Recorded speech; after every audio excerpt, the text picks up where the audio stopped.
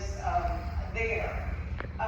For me, when I'm working at a museum for a client and doing collection, I'm thinking about the grassroots. What are the stories that the community tells?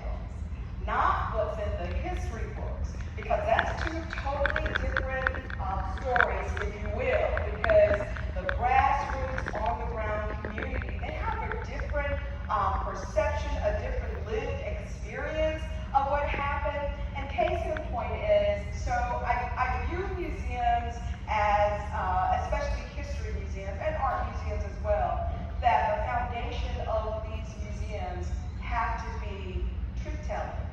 They have to be truth-telling.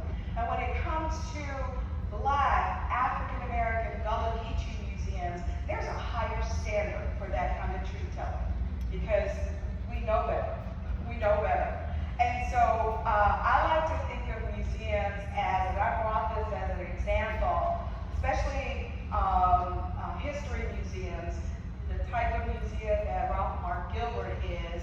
I like to think of them as black boxes.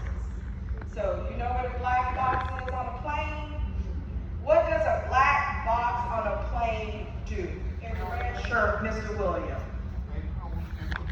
It holds information. Thank you, sir. Anybody else knows what a black box on a plane does?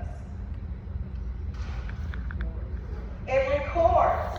It records what's happening in real time. So there is no misunderstanding of what happened on the plane if there is some kind of issue.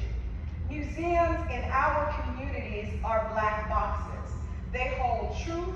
They hold artifacts that tell the truth. They weren't made up. And in terms of my most recent client is Dorchester Academy. I live in Midway. I am not from Savannah. Woo, we got some Midwayans in that. Woo-hoo! I am originally from Atlanta, but I've lived here on the coast for the last 9 years. But when it comes to telling the story of one of the first schools, one of the first boarding schools in Georgia, one of the first Black African-American Gullah Geechee boarding schools that started during Reconstruction was Dorchester Academy in Liberty County, Georgia. What happened at Dorchester Academy is this evolution of education that still continues even today.